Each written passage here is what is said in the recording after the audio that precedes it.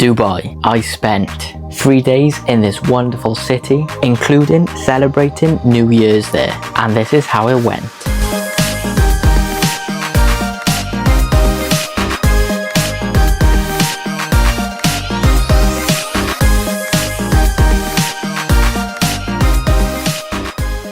We flew from Georgia to Abu Dhabi. We arrived in Abu Dhabi airport probably about 2 p.m. However, due to airport security, transport, food and hotel check-in, we arrived at our first stop 7 hours later to JRB Beach. We couldn't believe our luck. As we arrived onto the beach, we could see drones flying. Unfortunately, this wasn't the start. It was right at the end of the drone show. But coming here at night wasn't a complete waste of time, because seeing Eye in Dubai, the biggest Ferris wheel in the world, all lit up, was definitely worth it. However, when we tried to make our way back, there were no more trains on the metro. So if you do find yourself in Dubai, make sure you get a train back early enough. The metro is supposed to close at midnight. However, we found ourselves in a bit of a pickle by 11 p.m. When we got back to the hotel, our building was on fire. Luckily, no one was hurt and nothing was damaged. And that was our great start to our first day in Dubai.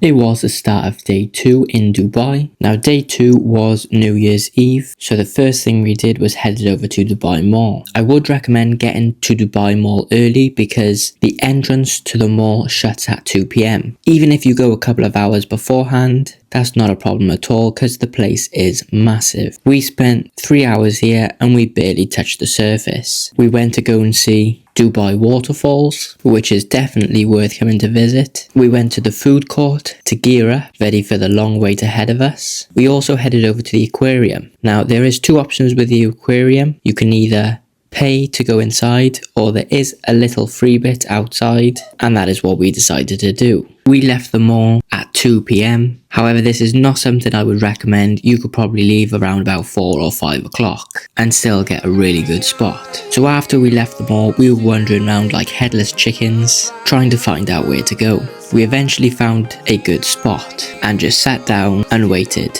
for almost 10 hours. Even though we could have stayed in the mall at least 3 hours longer, I still do not regret it. Every now and then, they would light up the Burj Khalifa, but then we waited until the clock struck midnight, and then this happened.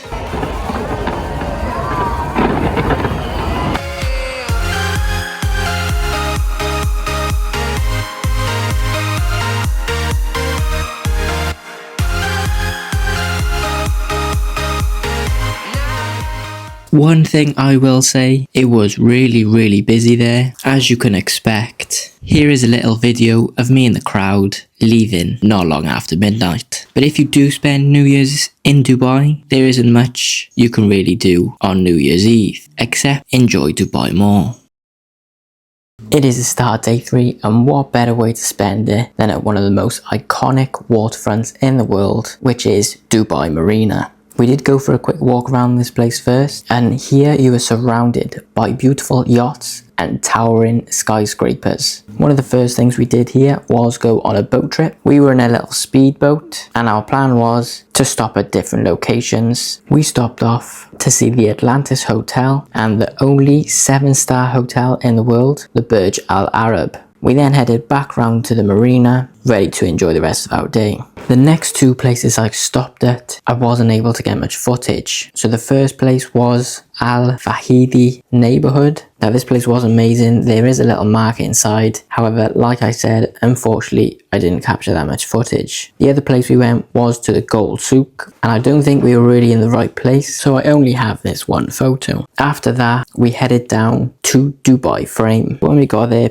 because we didn't reserve anything, it was a 2-hour queue to go up to the frame. We had already booked something later on that day, which means we were unable to go up the frame, so we only have these photos. One thing that shocked me about Dubai is how big this city really is and how long it takes to get around. We then headed to our next stop, which was the Burj Khalifa. Seeing the whole city lit up was stunning, and admiring the scenery. We went on the 124th and 125th floor. To go up the Burj Khalifa, it cost 175 dirham each, which is the equivalent to about £37. Then we headed downstairs and we were able to catch the fountain show. Now unfortunately I can't play the proper music because of copyright, however here's a quick sneak peek.